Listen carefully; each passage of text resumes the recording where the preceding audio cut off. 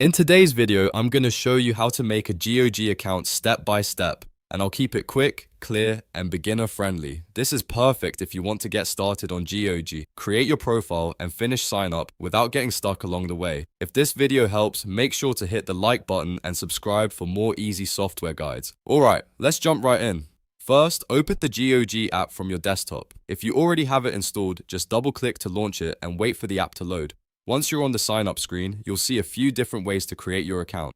GOG usually gives you options like Google, Discord, or Xbox, depending on what's available in your region and app version. To keep things simple, I'm choosing Google for this tutorial. Click the Google option and a sign-in window will appear asking you to allow access to your account. This is the normal step that connects your Google profile to GOG, so review the prompt and then click Allow to continue. After that, GOG will ask you to set a username.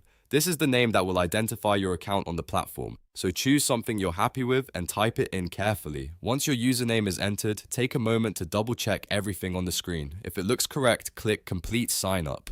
GOG will finish creating your account, and after a short moment, you should be fully signed in and ready to use the platform. And that's it. You've successfully made a GOG account using Google.